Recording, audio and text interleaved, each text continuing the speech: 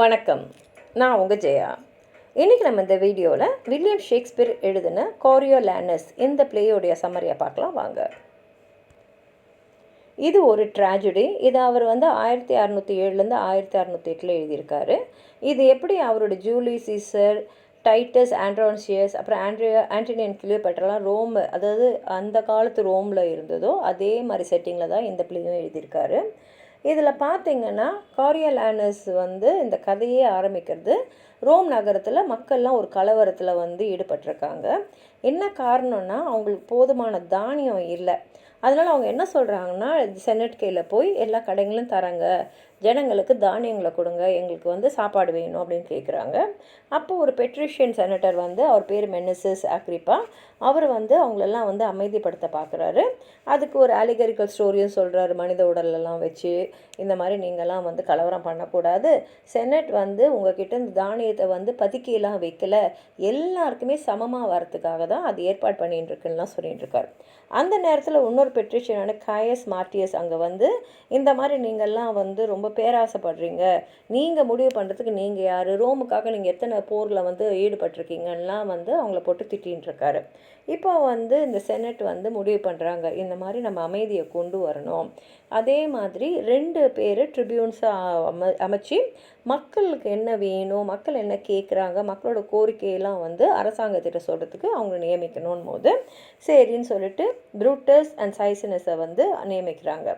இப்போ அவங்க 2 பேருமே பேசிகிட்டு இருக்காங்க. யாரை பற்றினா கயஸ் மார்டியஸை பற்றி. இவன் என்ன வர வர ரொம்ப பலமானவனாக இருக்கான், சிறந்த போர் வீரராக இருக்கான், போகிற போக்க பார்த்தா நம்ம எல்லாரை விட அவனை நல்ல பெரிய லெவலுக்கு போயிடுவான் போல இருக்கேன்னு பேசிகிட்டு இருக்காங்க. இப்போ கயஸ் மார்டியஸ் வால்சஸோடு சண்டை போட போகிறாங்க. இவங்க ஒரு ரைவல் இட்டாலியன் ட்ரைபு. அவங்க இவங்க ஊருக்கு பக்கத்தில் இருக்கிற இடத்துல அவங்க ரூல் பண்ணிகிட்டு இருக்காங்க. இப்போ கவுன்சில் கேமினஸ் கமெண்ட் பண்ணுறாரு, கயஸ் மார்டியஸை போய் இந்த சிட்டி ஆஃப் கார்லியஸை கைப்பற்றணும் அப்படின்னும் போது சரின்னு சொல்லிட்டு காமினஸும் அவருடைய படையும் சேர்ந்து அந்த வால்ஸ்கியனோட தலைவர் ஆஃபிடஸ் அவரோட சண்டை போகிறதுக்கு போகிறாங்க. இப்போ என்ன ஆகிடுதுன்னா, இந்த வால்சஸ் கதவை திறக்கிறாங்க இந்த கார்லியஸை அட்டாக் பண்ணுறதுக்கு. ஆனால் ரோமன்ஸ் எல்லாம் பார்த்தோன்னு பயந்து போய் அவங்க அந்த பள்ளம்லாம் வெட்டி வச்சுருப்பாங்க, அங்கே போய் ஒளிஞ்சிக்கிறாங்க. ஆனால் கயஸ் மார்டியஸ் மாத்திரம் என்ன பண்ணுறாருன்னா, இல்லை முன்னேறுங்க அப்படின்னு சொல்லிட்டு அந்த கேட்டை தாண்டி தனியாளாக போய் அவர் பாட்டுக்கு சண்டை போட்டுன்னே இருக்கார். நிறைய வால்சியஸை கொன்னுறாரு.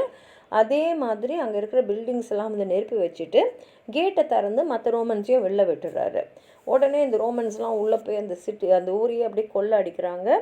கயஸ் மார்டியஸ் காமினஸ் கிட்ட போய் அவர் சொல்கிறாரு, எனக்கு ஆஃபிடஸோட சண்டை போடணும் போது அவரும் சரி நீ சண்டை போடணும்னு சொல்லிடுறாரு. இவர் போய் ஆஃபிடஸோட தனி ஆளாக சண்டை போட்டுக்கினே இருக்கார்.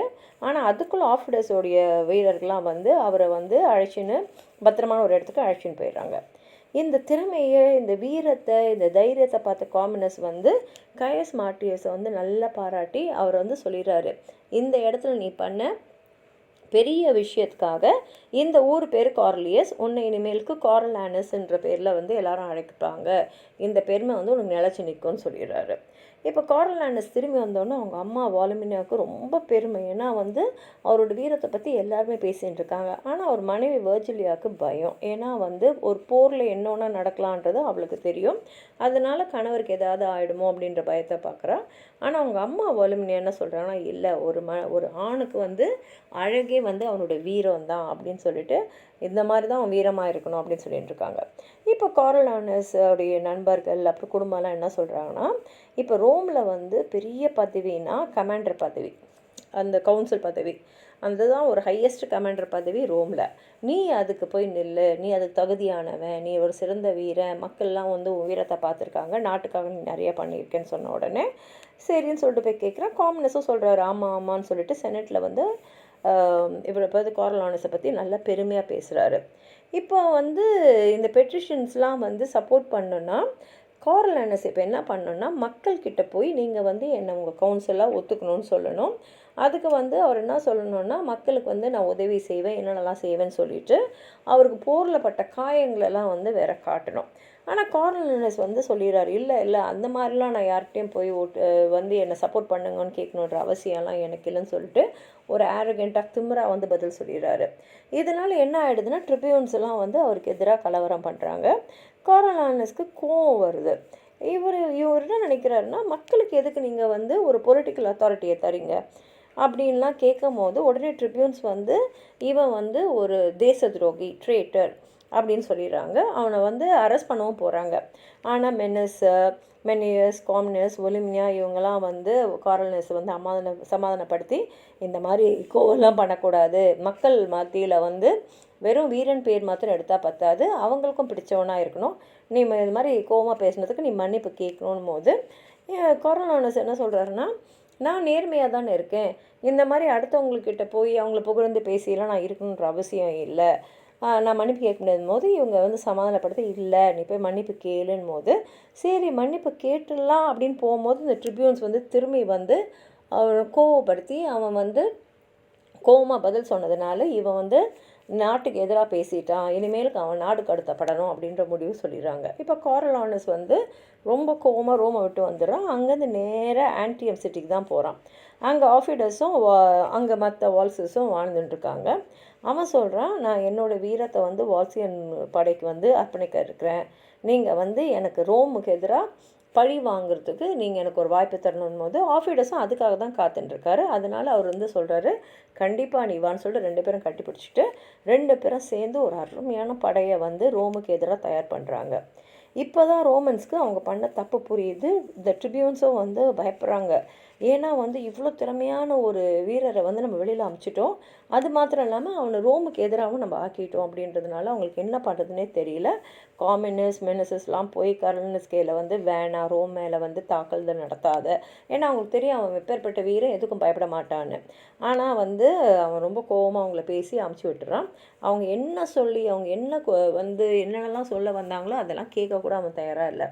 ஆனால் கடைசியாக வந்து பார்த்திங்கன்னா அவனோட அம்மா ஒலிமியா, மனைவி வெர்ஜினியா, அவனுடைய மகன், அப்புறம் இன்னொரு ஜென்டில் விமன் அவங்க வந்து வேலரியா, அவங்க எல்லாம் வந்து கார்ல் லினஸ்கேல வந்து ரொம்ப கெஞ்சுறாங்க. ஒலிமியா சொல்கிற, இந்த மாதிரி வந்து ரோமில் வந்து உனக்கு இப்போ நல்ல பெரிய வீரன்ற பேர் இருக்குது, ஆனால் உன் நாட்டை எதிர்த்து நீ வந்து போர் செஞ்சின்னா அது நல்லா இருக்காது. அதே சமயத்தில் நீ ஆஃபிடஸ்கேல வந்து நீ வந்து ஒரு சத்தியம் பண்ணி கொடுத்துருக்க, அதனால் அந்த சத்தியத்தையும் நீ மீற முடியாதுன்னு எனக்கு தெரியும். அதனால் நீ ஒன்று பண்ணு, ரோமையும் வால்சஸையும் ஒன்று சேர்த்துரு, அவங்களுக்குள்ள ஒரு சமாதான உடன்படிக்கையை கொண்டு வந்துடு. அப்போ நீ வந்து அவங்ககிட்ட கொடுத்த சத்தியத்தை மீறாத மாதிரியும் இருக்கும், நாட்டுக்கு எதிரியான மாதிரியும் இருக்காது அப்படின்னு சொல்லிட்டு அவங்க வந்து அழுகுறாங்க, கெஞ்சுறாங்க. அது வந்து அவனோட மனசை கரைச்சி, சரி நான் வந்து ரோமை வந்து தாக்குற எண்ணத்தை வந்து கை விட்டுடுன்னு சொல்லிட்டு இப்போ இந்த 2 நாட்டுக்கும் வந்து ஒரு சமாதான உடன்படிக்கை எழுதுகிறாங்க. ஆனால் இந்த சமாதான உடன்படிக்கை எழுதின உடனே ஆஃபிடஸ் வந்து கார்ல் லினஸ்க்கு எதிராகிடுறாரு. ஏன்னா அவருக்குள்ள ஒரு பயம், கார்ல் லினஸ் பெரிய வீரன் தெரியும், அப்போது அவருக்கு இருக்கக்கூடிய அதிகாரம் எல்லாமே அவன் கையில் போயிடுமோ, அது மாத்திரம் இல்லாமல் அவருக்கு ரோமை வந்து பழி வாங்கணும், ரோமை அழிக்கணுன்ற எண்ணம் இருந்தது. அதுக்கு கார்ல் லினஸ் வந்து சிறந்த ஆள் நினச்சிட்டு இருக்கும் போது திடீர்னு அவன் பின் வாங்கிட்டதுனால இனிமேலுக்கு ரோமை வந்து நம்ம ஒன்றும் செய்ய முடியாதுன்னு நம்ம புரிஞ்சிடுது. ஏன்னா கார்ல் லினஸ் ஒரு சிறந்த வீரன். அதனால் அவன் என்ன பண்ணிடுறான்னா, சதிகாரங்க நிறைய பேரை கூப்பிட்டு நம்ம வந்து கார்ல் லினஸை கொண்டுடணும்னு சொல்லிட்டு அவங்க எல்லாம் கார்ல் லினஸில் எல்லாம் ஒரே சமயத்தில் தாக்குறாங்க. அவன் வந்து கடைசி மூச்சிருக்கும் சண்டை போட்டுட்டு இறந்துடுறான். ஆனாலும் ஆஃபிடஸ்க்கு தெரியும் இவன் பெரிய மாவீரன்னு. அதனால் அவன் இறந்துட்ட அப்புறம் அவனோட உடலை ஒரு பெரிய தலைவர், ஒரு மாவீரனுக்கு தர வேண்டிய மரியாதையோடு நம்ம வந்து புதைக்கணும்னு சொல்லி இத்தோடு இந்த ப்ளே வந்து முடியுது. உங்களுக்கு அதாவது சொல்லணும்னு நினச்சிங்கன்னா கீழே இருக்கிற கமெண்ட் பாக்ஸில் எழுதுங்க. இந்த வீடியோ லைக் பண்ணுங்கள், உங்கள் ஃப்ரெண்ட்ஸோடு ஷேர் பண்ணுங்கள். சப்ஸ்கிரைப் பண்ணாதவங்களாம் ப்ளீஸ் சப்ஸ்கிரைப் பண்ணி சப்போர்ட் பண்ணுங்கள். நன்றி.